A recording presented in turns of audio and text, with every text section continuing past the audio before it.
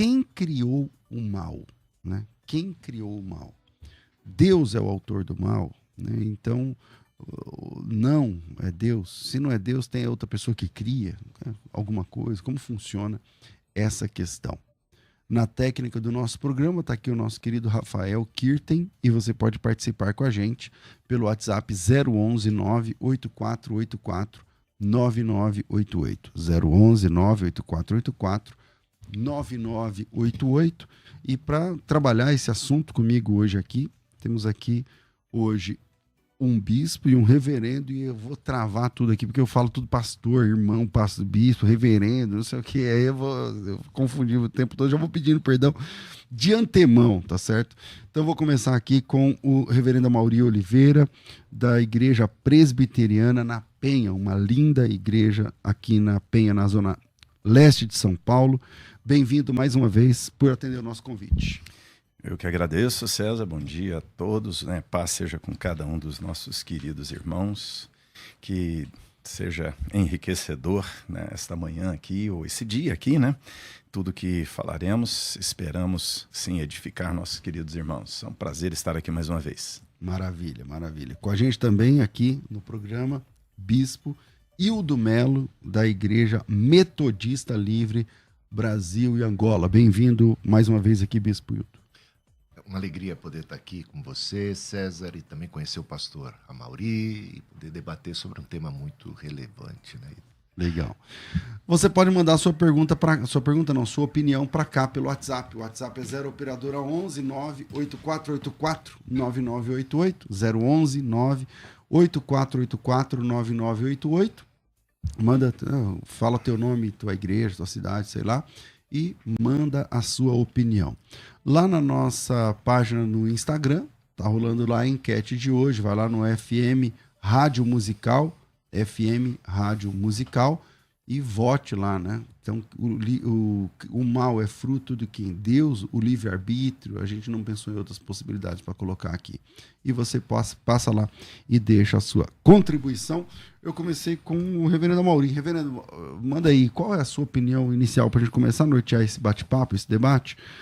Quem criou o mal? Lá em Isaías 45:7 fala, eu faço a luz, as trevas, faço o bem e crio o mal.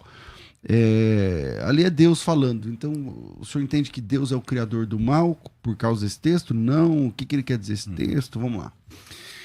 Então, nós estamos diante de fato, né, de um tema muito complexo. Eu pessoalmente, assim, não tenho todas as respostas, muito mais perguntas do que respostas quando vamos abordar a questão da origem do mal. Deus criou o mal, de onde vem o mal, né? É de fato um tema complexo. O próprio texto em pauta, né? Esse é um texto que a gente tem a linha de interpretação de que quando o texto fala eu crio mal, é só Deus dizendo eu crio a adversidade, eu crio, né, a consequência dos atos de vocês. É uma linha mais comum de interpretação do texto, e aos que interpretam o texto dizendo, não, eu crio mal, chamo mal à existência, que Deus estaria ali, fazendo um contraste entre ele e as outras divindades.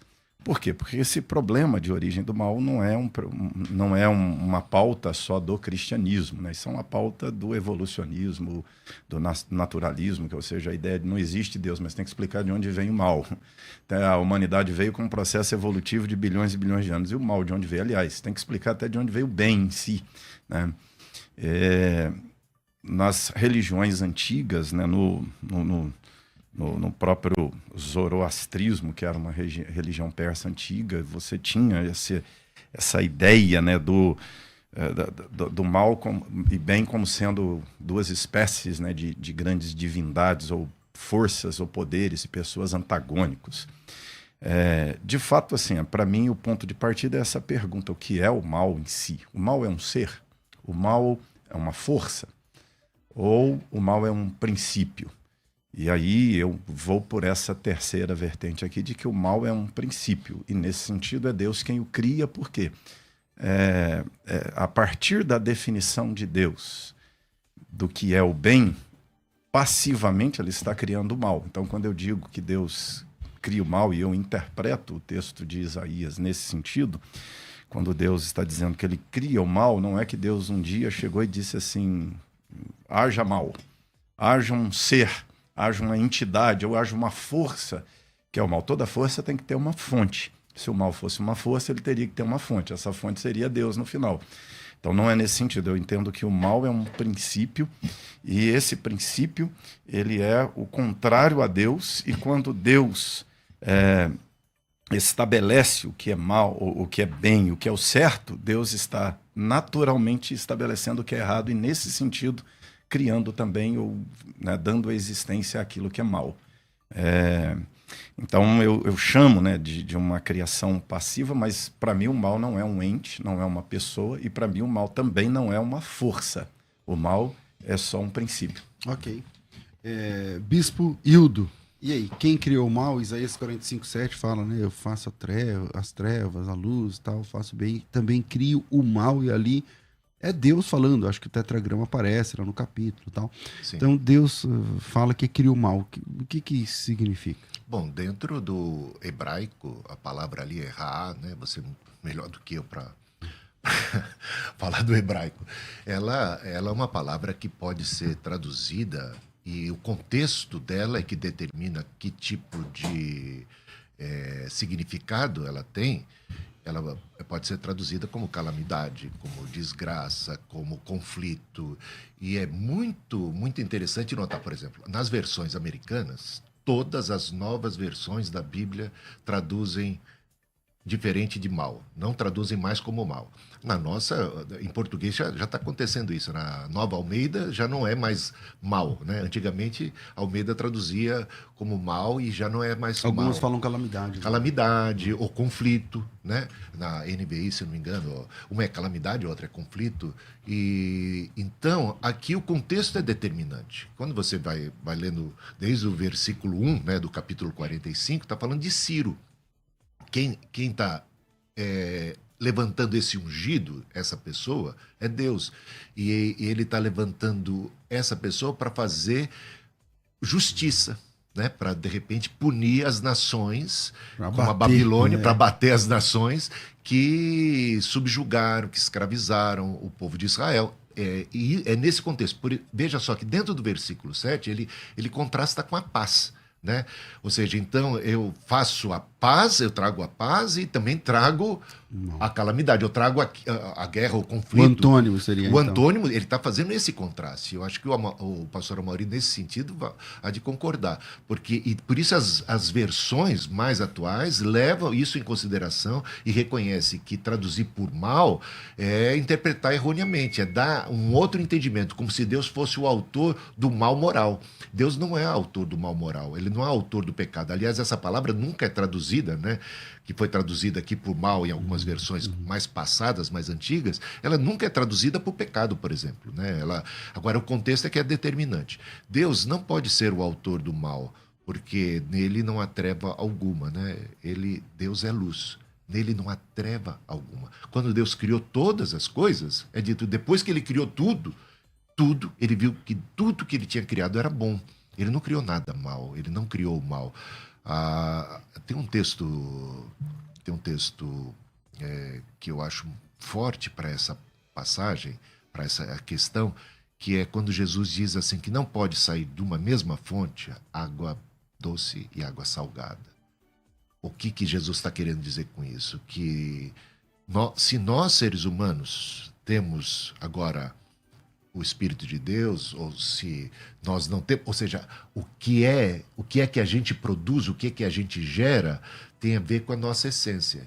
E isso aplicado a Deus, se não pode sair de uma mesma fonte água de uma natureza e água de uma natureza completamente contrária, então como é que poderia ter vindo de Deus uma origem completamente contrária à sua natureza?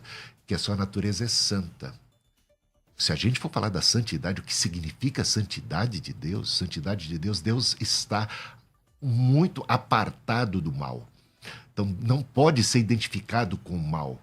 O mal, então, só pode ser oriundo da liberdade de Deus ter criado seres à sua imagem e semelhança, seres com livre arbítrio. É E se você cria seres com livre-arbítrio, que é uma coisa boa, você propicia o quê? A possibilidade da rebelião, a possibilidade de dizer não, de se apartar, como o filho pródigo que se aparta de Deus. O mal, então, é produto do livre-arbítrio.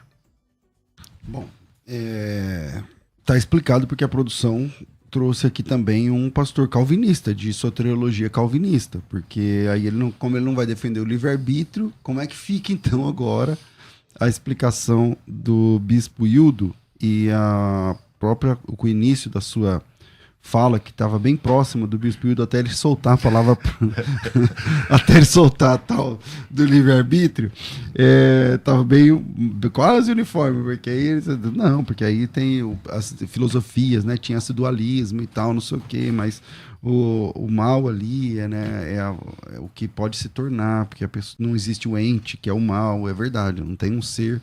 O mal não é um ente, né? Não tem um ser que é o mal. Mas, e agora, reverendo Amauri, como que fica? Se o mal é fruto do livre-arbítrio, então pode isso, Arnaldo?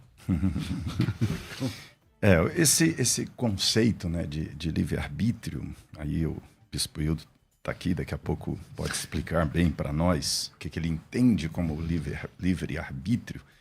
Essa é uma palavra, ou essa é uma expressão mal, na minha leitura aqui, muito mal compreendida e mal usada por nós evangélicos, porque a expressão livre-arbítrio significa um ser capaz de agir sem qualquer tipo de influência sobre ele. É um ser livre, um ser autônomo, capaz de definir o seu próprio destino. E eu entendo que o ser humano não tem isso. Então, e aí eu entendo, né, que o único ser capaz de livre-arbítrio nesse sentido é Deus. Então, para mim, o mal não vem, não é simplesmente um subproduto da liberdade que Deus deu à sua criação. Como eu disse aqui, o mal, a gente tem que, até, para mim, importante entender bem o que é o mal, né? Satanás não é o mal, ele personifica o mal para nós nas nossas relações da batalha espiritual, da guerra contra as forças malignas, né? Paulo fala das forças espirituais do mal nas regiões celestes, ou seja, Satanás é um agente do mal, mas Satanás não é o próprio mal em si. Satanás, aliás, pelo que nós entendemos pela Bíblia, Satanás é uma criação divina e que não foi criado mal, ou seja, não foi criado fazendo o que ele faz. Então, o mal é algo anterior a Satanás. O mal é algo anterior à própria criação. O mal sempre existiu ali, ou existia, né, como possibilidade. Agora, o mal, como eu disse, se ele é uma força, ele precisa de uma fonte. Essa fonte só pode ser Deus. Se ele é uma pessoa, se ele é um ente, ele seria, então, uma criação de Deus, ou ele seria um outro Deus concorrente de Deus, que é o que o maniqueísmo mais ou menos vai entender, né? Ou seja, são... a gente tinha essa proposta dualista aí. Essa proposta dualista, né, que era a gente tinha no paganismo antigo, que eles chamavam de Oromazden e Ahrimanen, né, que eram esses dois seres. E quando nós temos, talvez aqui, Agostinho é o primeiro grande, o primeiro teólogo que debruça com muita atenção sobre esse tema e dá diretrizes, trilhos para que nós desenvolvamos esse conceito. O próprio Agostinho vê um problema sério em entender o mal como sendo subproduto do livre-arbítrio dado por Deus ao ser humano, né? O Agostinho faz uma definição que, em síntese, eu acho muito interessante. Ele diz assim, olha, Deus é o criador do mal em que sentido? O que é o mal? O mal é uma ausência de Deus, o mal é uma ausência do bem. O que é o mal? A figura usada, né, para ilustrar o que Agostinho disse é uma cerca, a criação divina. O que é o mal? O mal é o buraco na cerca, que é a ausência da cerca naquele pedaço. Quem criou a cerca? Foi Deus. Então quem é o responsável pelo buraco ali existir? É Deus que criou a cerca. O buraco existe? Existe. O buraco tem uma essência, uma substância? Não. Mas ele existe, está ali na cerca. Então, quando Deus cria todas as coisas, né, Deus está, e aí o que eu entendo do texto de Isaías, Deus está chamando para si essa responsabilidade da criação, da existência. Para mim é mais do que eu, né, aqui nessa questão de tradução do texto, eu acho que quando o texto está dizendo lá a expressão mal, traduzir só por adversidade também é uma interpretação, né? Toda tradução é uma interpretação, mas para mim também complicada. Por quê?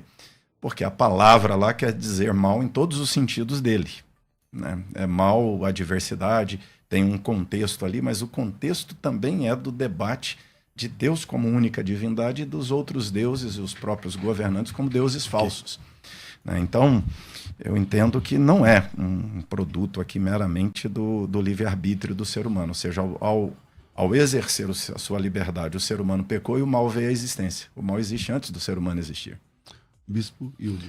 Não, o mal não existia antes do livre-arbítrio. O livre-arbítrio foi concedido aos anjos e o primeiro, então, que teria pecado teria sido Satanás e conseguiu induzir outros.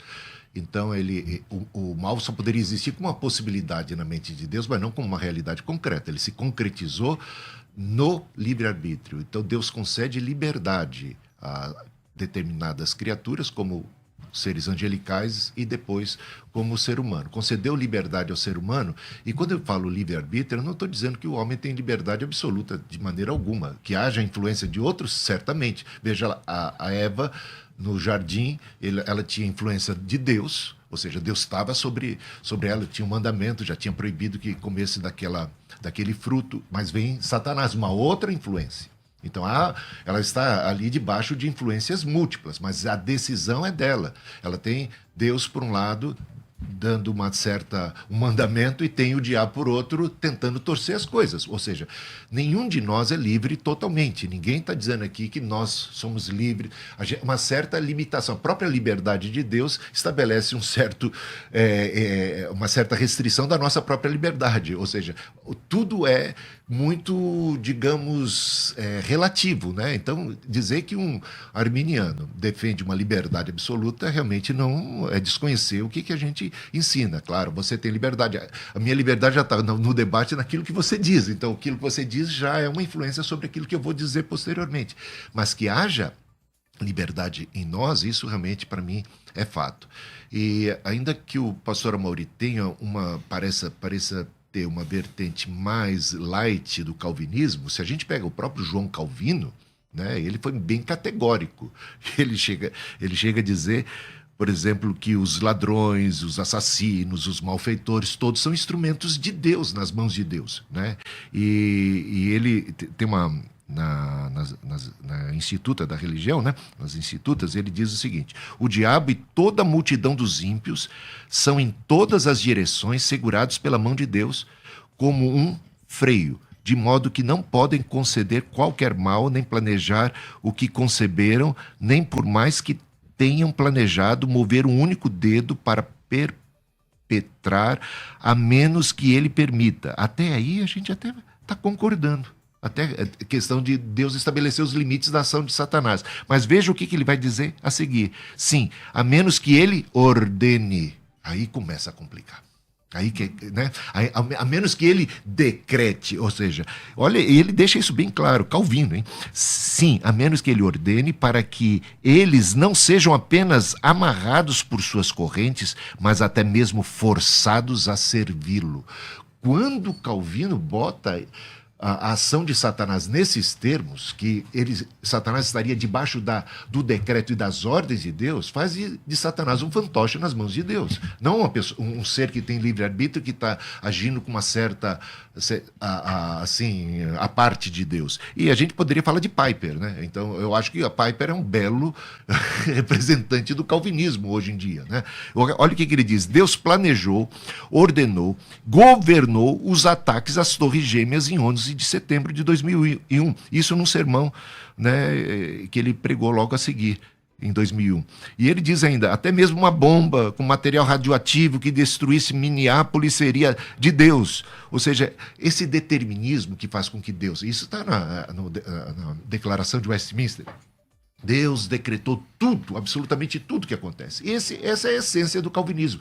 Um Deus que é responsável e autor de tudo que acontece. Ele pode não ser o autor ali na última, mas ele é quem decretou. Ou seja, como é que pode acontecer algo fora do decreto e da ordem e da vontade de Deus? Se a gente for ver outros, né, que são o Pink, que é A.W. Pink, ele disse assim: Deus não apenas tinha um pré-conhecimento perfeito do resultado da experiência de Adão, não só o seu olho onisciente viu Adão comer do fruto proibido, mas decretou de antemão que ele deveria fazê-lo. Eu sei que existe controvérsia exatamente. no calvinismo. Dentro do próprio calvinismo você tem os infralapsarianos, Sim, que vão ter uma visão um pouco diferente também, né? E vamos lá, reverendo Amaury.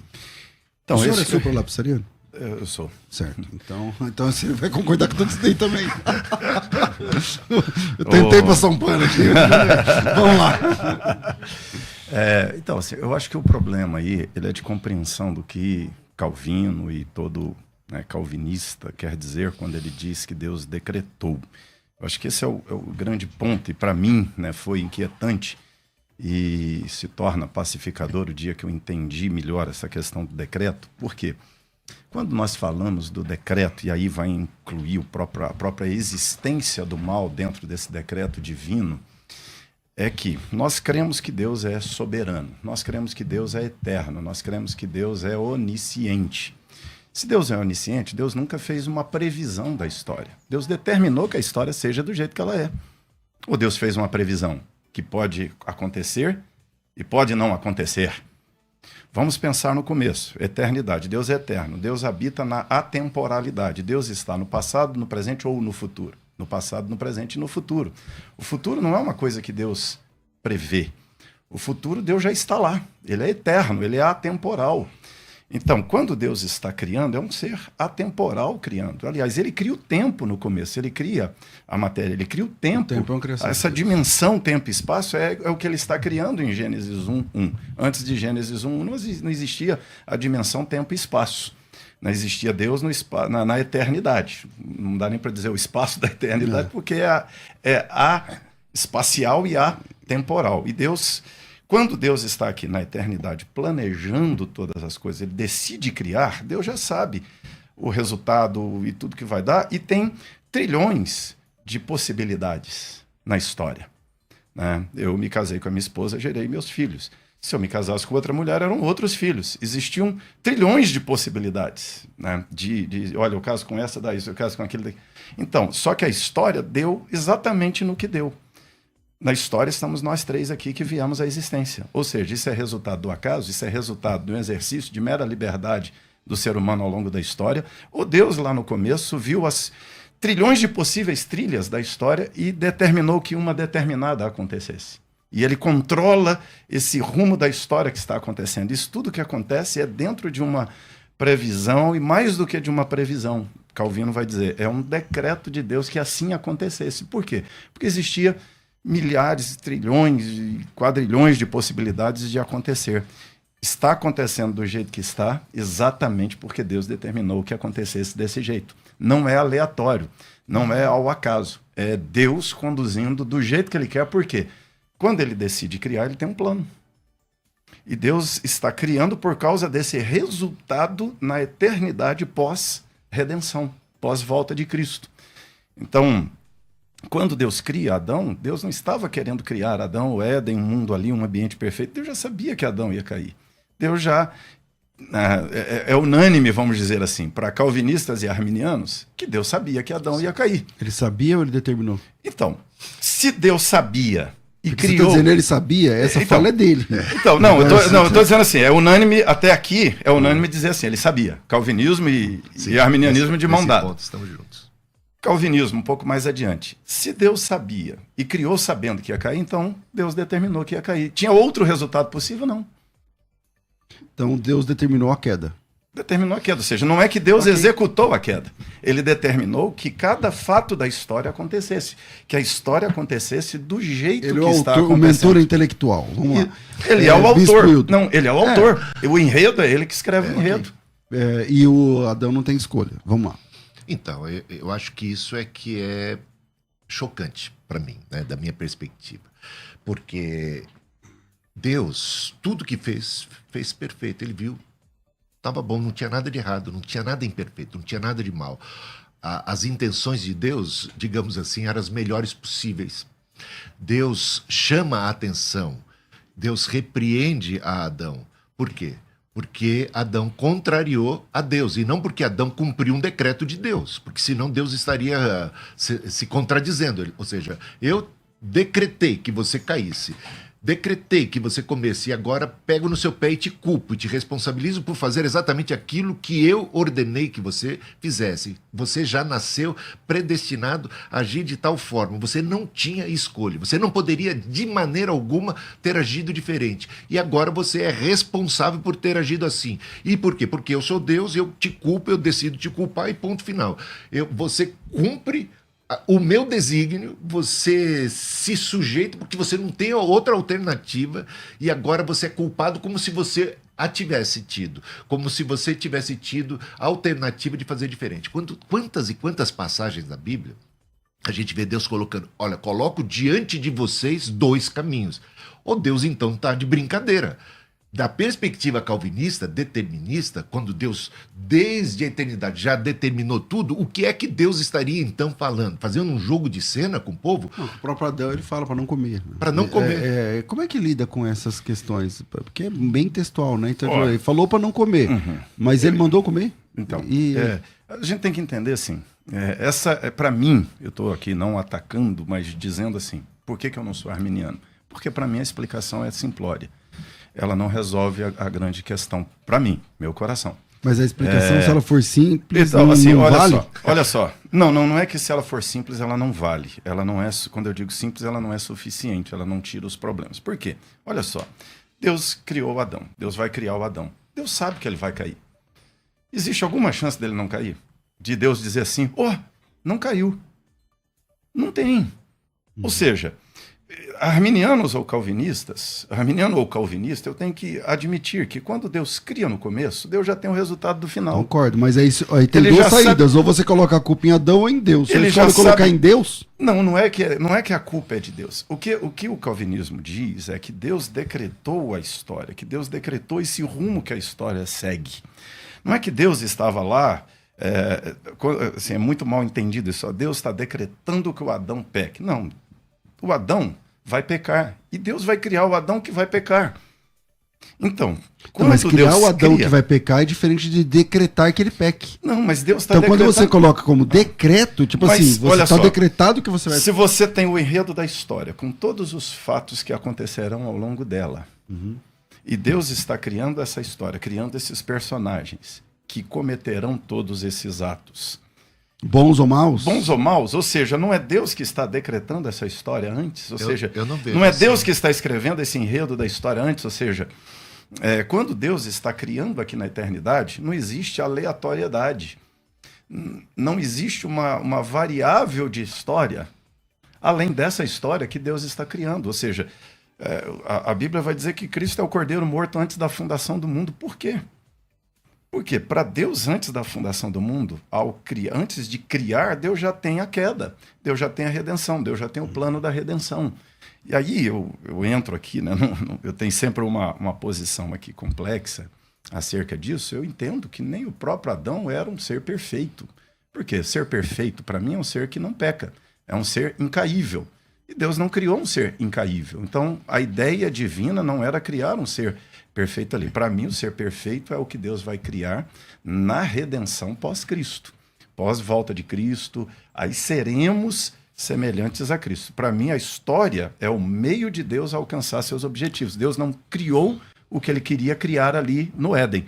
Deus começou a criação, que passa por toda essa história decretada, escrita por ele, para obter o resultado da eternidade que ele almeja no final. Bispo Hildo, para eu fechar esse bloco. Sim, eu recomendo a leitura do livro de C.S. Lewis, né, Cristianismo Puro e Simples. Ele, como filósofo, como teólogo, uma pessoa inteligentíssima que era, ele explica isso, a questão do mal, né? E eu não acho que ele seja uma pessoa simplista, ainda que eu seja. Foi o ponto da conversão do C.S. Lewis, né? Que ele era ateu, por conta do mal ele se converte. E ele tem, aliás, até o livro a respeito do sofrimento humano, como ele explica todas essas coisas de maneira magnífica, de maneira... na verdade, Deus cria seres livres. Ele previu que o homem cairia? Previu. E antecipadamente já previu também, providenciou a redenção. Isso num plano. Ou seja, Deus está interagindo com a liberdade humana. Deus está...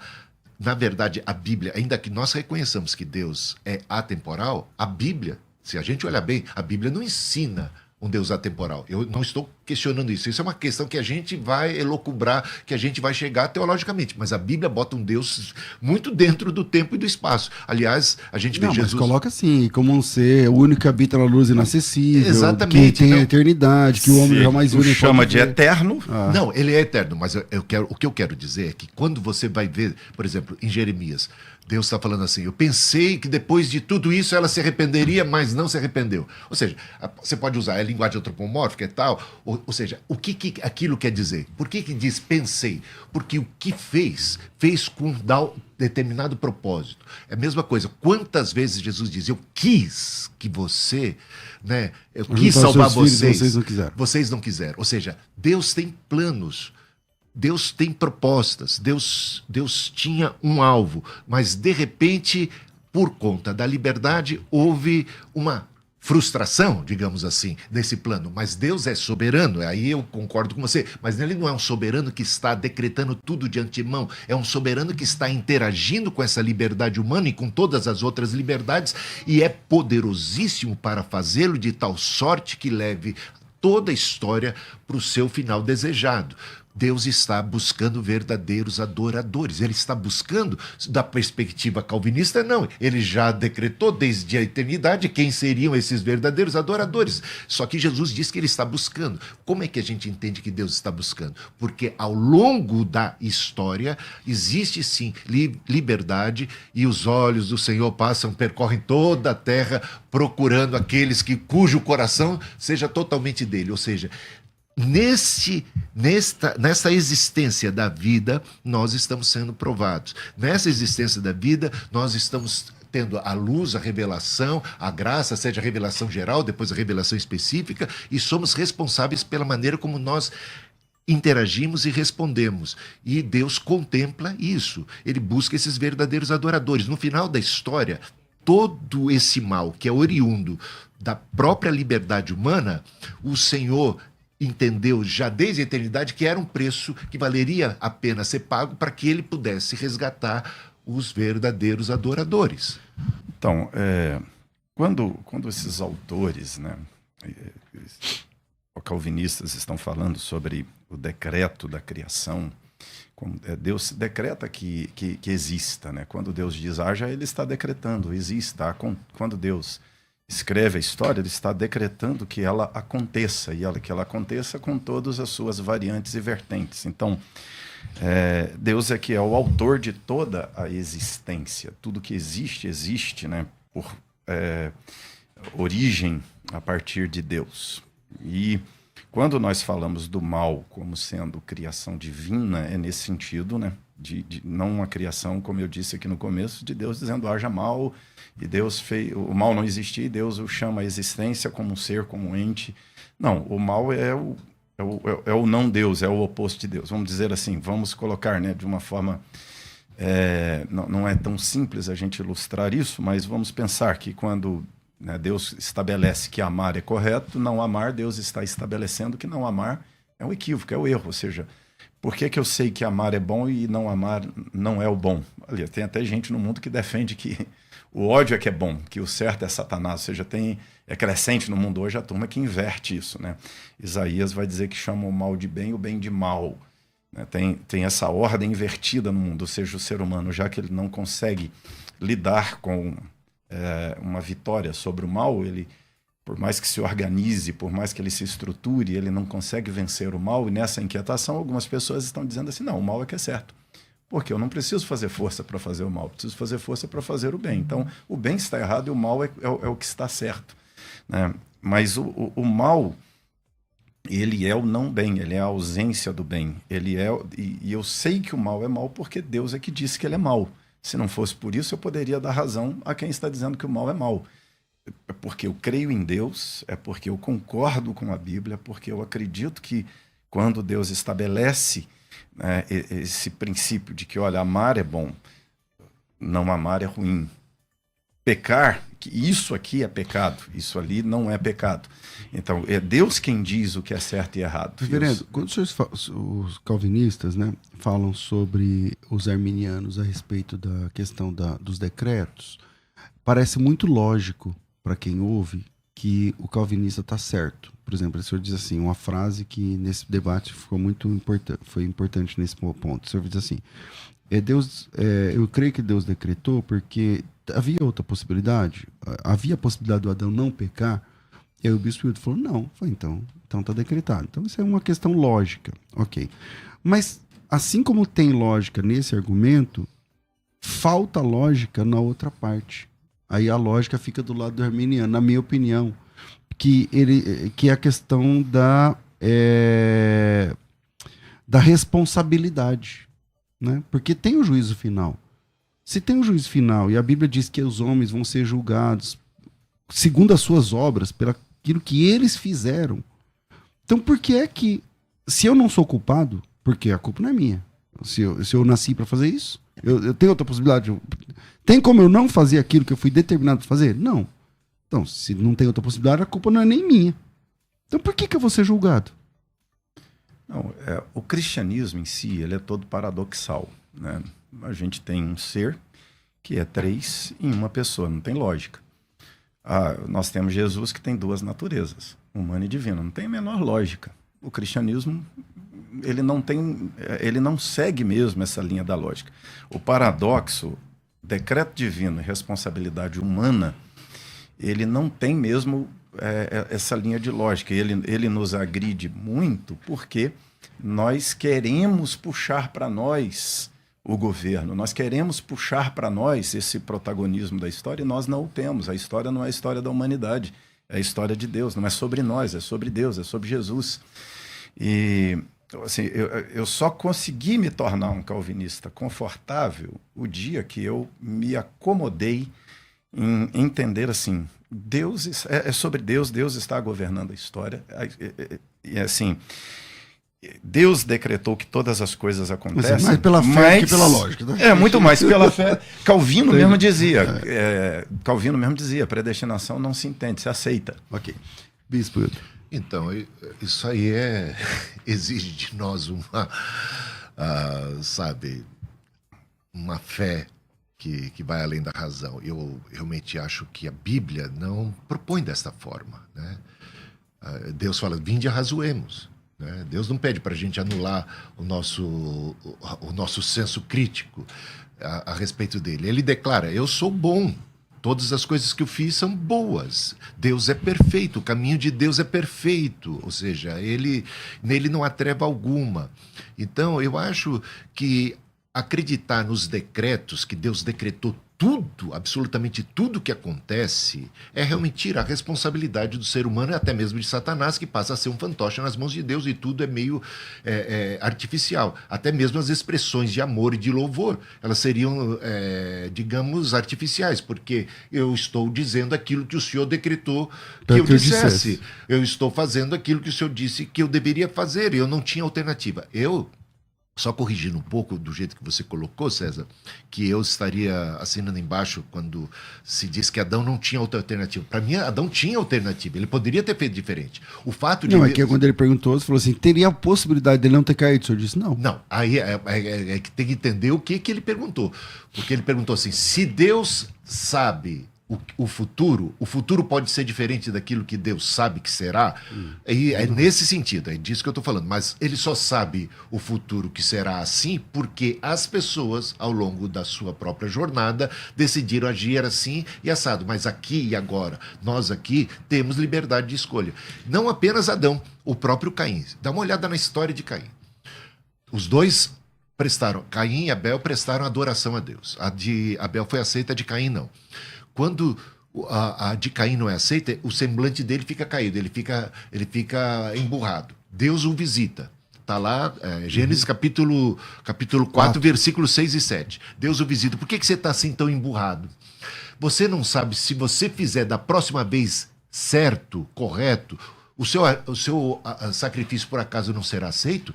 Ou seja, Deus está colocando para ele uma possibilidade clara. Você, Caim, Você errou da primeira vez porque você agiu mal, mas você não precisa continuar agindo mal. Ele está dizendo que Caim tinha livre-arbítrio, você pode ser aceito. Se você agir bem da próxima vez, você também vai ser aceito. Você não foi criado por mim para agir mal, Caim.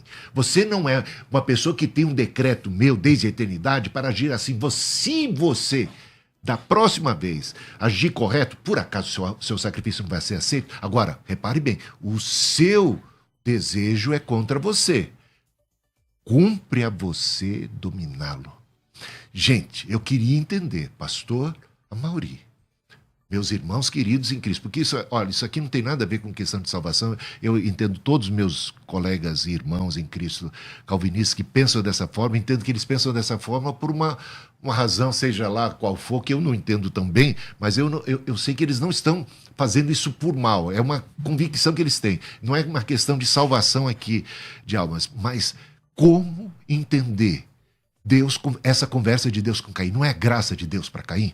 Deus não está interagindo com Caim para que Caim não cometa aqueles erros, para que Caim possa prestar um sacrifício aceitável a Deus? Deus não está dando uma oportunidade para Caim, para que Caim domine aquele seu instinto assassino? Ou não é verdade toda aquela conversa? Ou então tudo aquilo é um jogo de cena tremendo? E isso é que para mim não faz o menor sentido. Pastor Amaury.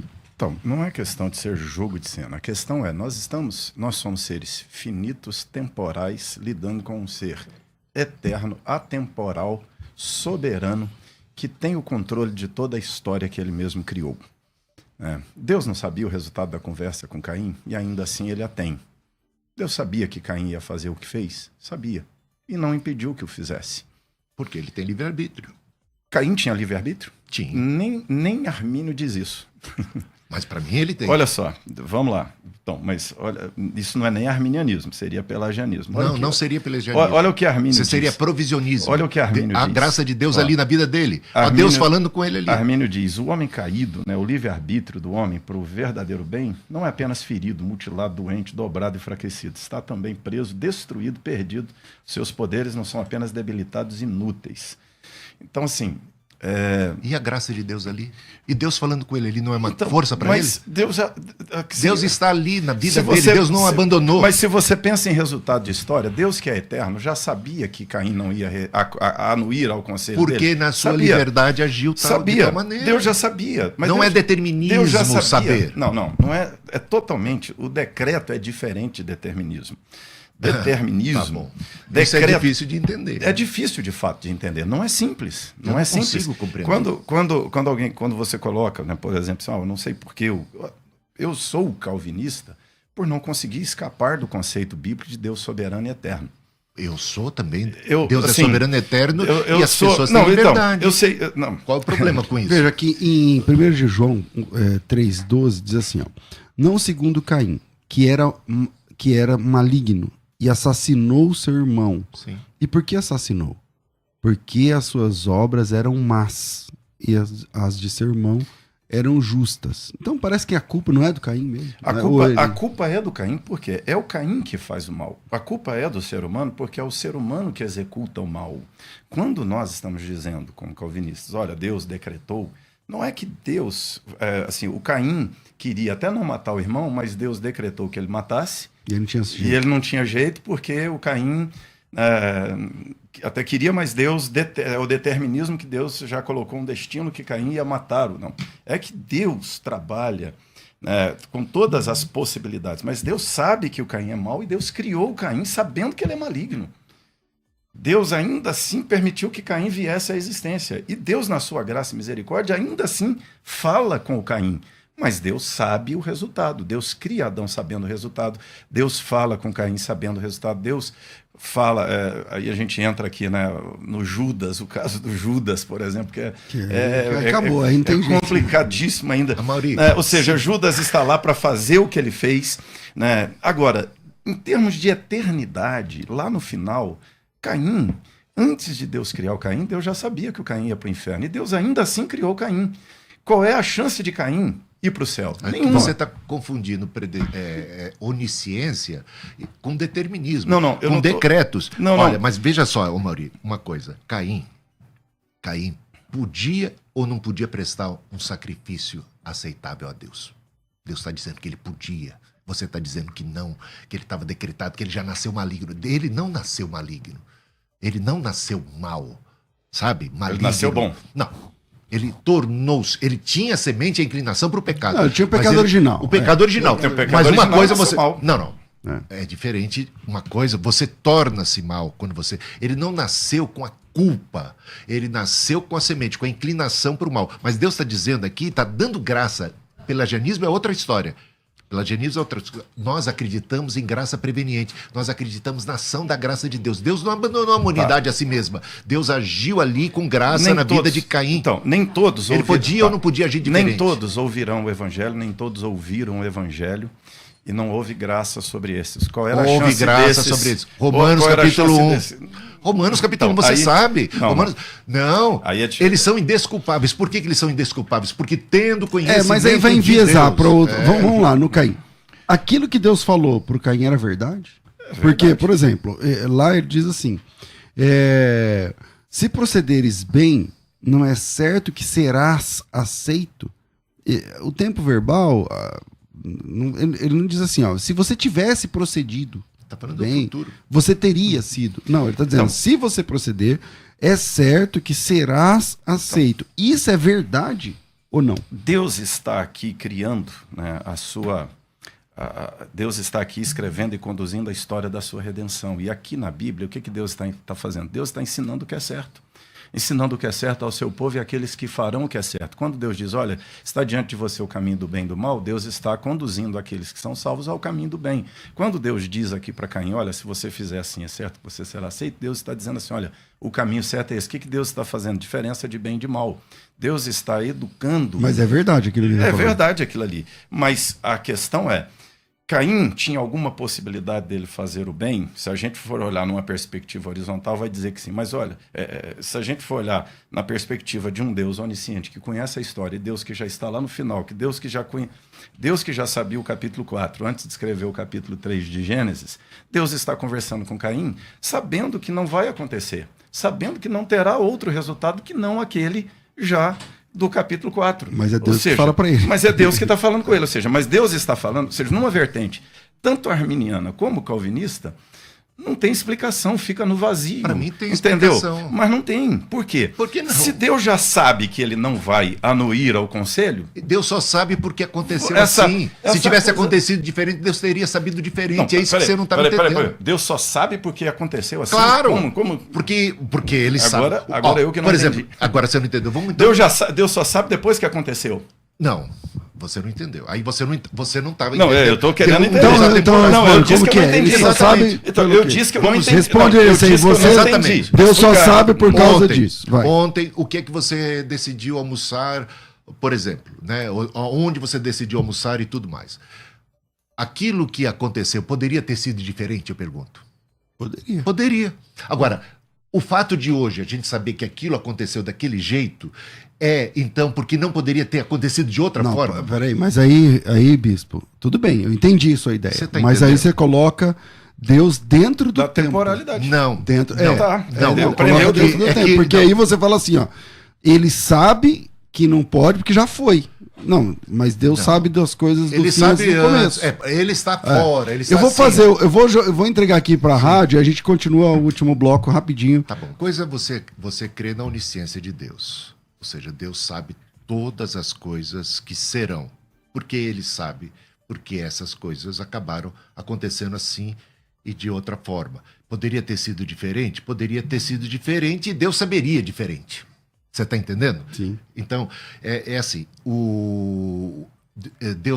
Jesus falou assim, quantas vezes eu quis? Ou seja, Deus está dando oportunidade, Deus está mostrando dois caminhos. Então, você tem a oportunidade. Isso, o que vai ser a sua decisão, qual vai ser o seu comportamento, como no caso de Caim, no caso de Adão, foi de uma determinada forma. Porque foi de uma determinada forma, Deus sabe o que foi, mas não quer dizer que porque foi só foi de uma determinada forma, porque Deus determinou que assim o fosse, porque Deus escreveu um roteiro que agora as pessoas estão cumprindo um determinado papel, que é basicamente o que o calvinismo ensina, que Deus teria planejado, orquestrado, determinado, agido para que tudo acontecesse daquela forma. E isso a gente não encontra respaldo na Bíblia, porque isso faria de Deus o autor do mal. Só para citar aqui um autor calvinista renomado, o Sproul Jr., ele diz assim: Adão, Eva e Satanás foram originalmente criados bons. Então seu desejo ou sua inclinação mais forte deve também ter sido originalmente boa. Isto, então, significa que nenhum deles pode ser a origem do pecado. O culpado é o próprio Deus que introduziu o mal nesse mundo. De fato, Deus agiu de acordo com a sua inclinação mais forte. Ele agiu motivado pelo que ele mais queria que acontecesse, como ele sempre faz. Isso é chocante para mim. E essa é uma perspectiva do hipercalvinismo, né?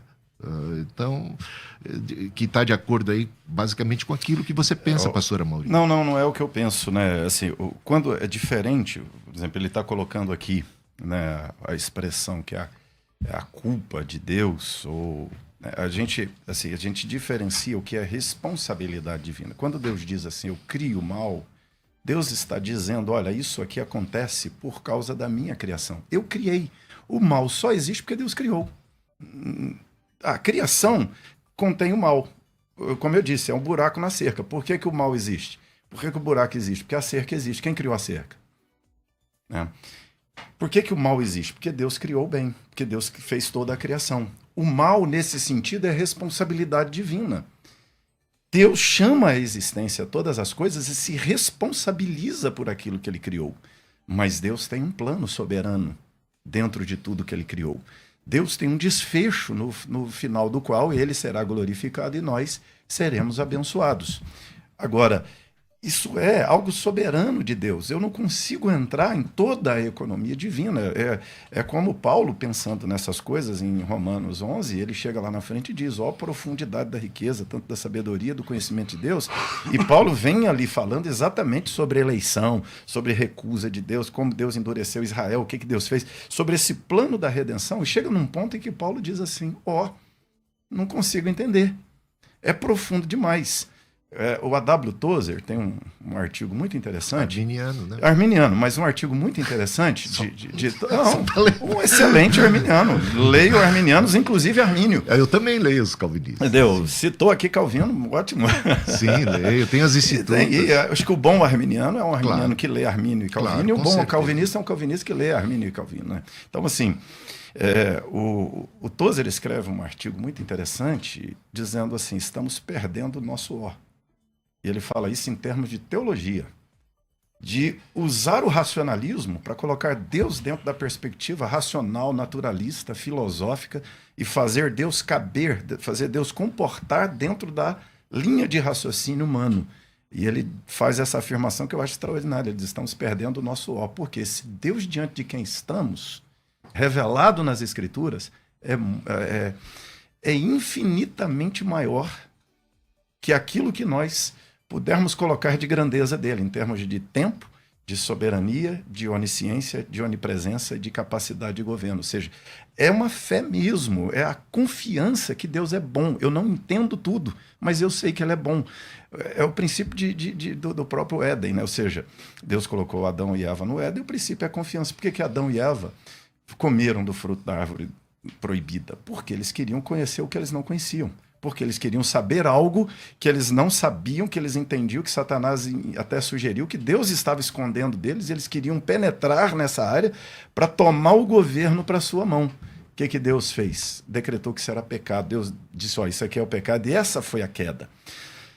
Esse conhecimento pleno, amplo, é uma economia divina. A mim cabe a fé. Confiar que esse Deus é bom, que esse Deus é justo, que esse Deus ele não viola a minha vontade. Quando eu erro, sou eu que erro. Quando Deus não me faz pecar, mas eu peco por minha vontade. É responsabilidade minha, mas esse meu erro, esse meu pecado todo, ele é parte de uma grande história, ele é parte de um decreto inicial de Deus antes de criar, e Deus decretou que tudo acontecesse do jeito que está acontecendo. Bom, Bispo Hildo, vamos concluindo aí, por conta do nosso tempo. Então Deus é santo, santo, santo. Nele não há treva alguma. Ele é perfeito. Tudo que ele fez é bom. Ele não é o autor do mal. O mal existe em decorrência de algo bom que Deus criou, que foram seres à sua imagem, sua semelhança, com livre arbítrio. Deus não pode dar livre arbítrio para seus seres, que é algo muito bom, porque o livre arbítrio permite amor, adoração genuína e autêntica em espírito e em verdade. Agora, se você concede liberdade, essa liberdade concedida precisa de um espaço para o exercício dessa liberdade. Por isso que é dito no Salmo que os céus são céus de Deus, mas a terra ele a entregou ao domínio dos homens. Ou seja, ele concedeu um espaço para o exercício de suas liberdades, mas ele, em sua soberania, né, ainda que soubesse tudo o que aconteceria, ele não estava determinando isso, ele estava conduzindo a história, ele interagiu, ele promoveu redenção, ele manifestou graça salvadora a todos. Em Romanos capítulo 11, quando se fala, ó profundidade da riqueza, é exatamente depois de dizer que a misericórdia foi estendida a todos, sem distinção. Inclusive de falar da redenção daqueles vasos de ira, ou seja, que não estavam pré-determinados desde a eternidade para a perdição, que poderiam se transformar. Ele diz isso em Romanos. Há esperança de salvação para Israel. E diz em Romanos capítulo 11, nós que estamos na fé, cuidado para não incorrer no mesmo erro de incredulidade deles, podemos decair da fé. Isso está lá em Romanos capítulo 11, mas a graça e a misericórdia é o que faz Paulo exaltar. Deus tem um plano no caminho da nessa tormenta, né, como diz Naum, no versículo 3. No meio da tormenta ele tem um plano. Deus não abandonou a humanidade, ele está interagindo, ele está conduzindo, ele governa soberanamente, mas ele não controla e ele não atua de maneira determinista sobre cada ato da humanidade. Por isso nós somos responsáveis. Por isso Deus pedirá conta, porque nós poderíamos e podemos agir de uma maneira assim ou assado. A culpa recairá sobre o ser humano, porque ele tem possibilidade de agir diferente, como Caim tinha possibilidade de agir diferente, como Adão tinha possibilidade de agir diferente.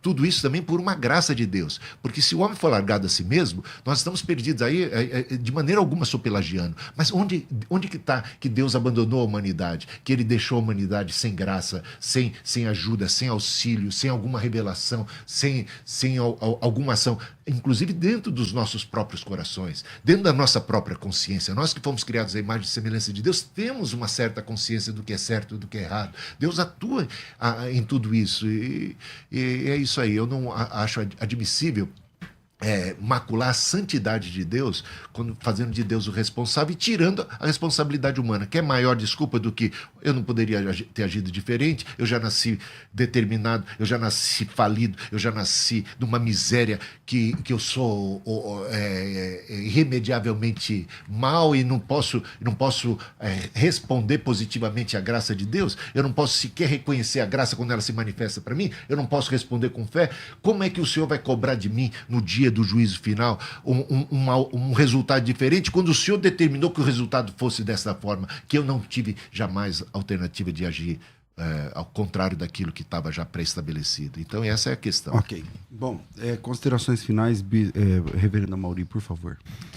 Bom, como consideração final, eu sempre coloco nessa questão do mal, que no cristianismo, como eu disse no começo aqui, o problema do mal é um problema para todas as religiões e até para o não religioso. E a única resposta que nós temos para o mal é o Evangelho, é a graça, é a redenção em Cristo Jesus. O único remédio que nós temos para o mal é o novo céu e a nova terra. a terra onde habita a justiça e onde nós viveremos eternamente a ausência do mal. Nem mesmo com possibilidade ele existirá mais. Nós seremos uma nova criação, uma nova redenção. Então, Deus é soberanamente o governante de todas as coisas. Deus é, soberanamente o criador de todas as coisas, mas ele tem um plano e nós podemos confiar nele. Ele jamais cometerá qualquer injustiça, qualquer erro. Mesmo que eu não entenda todos os caminhos de Deus, eu sei que eles são perfeitos e eu sei meramente por fé e não por raciocínio lógico. Às vezes é até ilógico o caminho que Deus segue. Por quê? Não porque o caminho de Deus está errado, é porque a minha lógica é limitada. O meu raciocínio é pequeno. O raciocínio, a capacidade humana de fazer Deus conter dentro de sua razão é fracassada. O ser humano não tem essa capacidade. O Deus não cabe na cachola humana. Deus não cabe na linha de raciocínio humano. Ele é maior do que isso. Aliás, eu só sou cristão por causa disso. Porque todos os deuses de todas as religiões, a gente tem cerca de 10 mil deuses, todos eles cabem na linha de raciocínio humano. Tem explicação, cabe 2 mais 2, 4, tem lógica, tem tudo. O único Deus que não é assim é o Deus da Bíblia. E eu, pessoalmente, o Deus como exposto na linha calvinista é o que me faz me render e me tornar um cristão, me ajoelhar diante dele e me entregar plenamente e confiar pacificamente na condução dele da história. Eu sei que no final ele será glorificado e eu abençoado. Só lembrando que o Deus calvinista é o mesmo do arminiano. Por isso que eu disse... a visão de explicação... Por isso que eu disse, segundo a exposição, não o Deus do calvinismo meramente. Legal. Nessa vertente de exposição. Bispo Hildo, quem quiser encontrar o senhor, a sua igreja, ver os cultos online, participar ao vivo, ir lá visitar... Pode. Bom, a igreja que eu pastorei fica na Rua das Rosas, número 445, em São Paulo, ali perto da Praça da Árvore, bairro de Mirandópolis. Rua das Rosas 445 é o culto principal, domingo às 10, todos são muito bem-vindos. E Hildo Melo, me acha no Facebook, no YouTube, no Instagram, nas redes sociais. Hildo Melo, tem lá o canal do YouTube. Legal. E eu ia só Hildo Melo. Eu só ia dizer assim, pelos seus frutos os conhecereis. Então, se a gente entende que esses são frutos de Deus, o que isso revelaria de Deus? Isso eu acho que seria complicado, mas é só um arremate final. Tá bom. Reverendo Amaury, obrigado pela participação mais uma vez. Quem quiser te encontrar, a igreja, ver os cultos, participar ao vivo lá, como é que funciona? Então, nós estamos ali na Penha, Rua Major Rude 145. Temos culto lá domingo pela manhã, 9h30, 11 horas, um culto espanhol para os hermanos que nos podem ouvir. Então, 18 horas também temos um culto aos domingos, segunda-feira, 20 horas, um culto muito legal. Vou levar o César lá para ministrar. Vai ser benção. Prazer estar aqui mais uma vez e espero sinceramente ter contribuído aí com nossos queridos ouvintes nesse assunto. O arroba é PR Amaury Oliveira. Isso, tá aparecendo correto. PR Amaury Oliveira. Maravilha. Rafael, obrigado você ouvinte que acompanhou aí esse debate de alto nível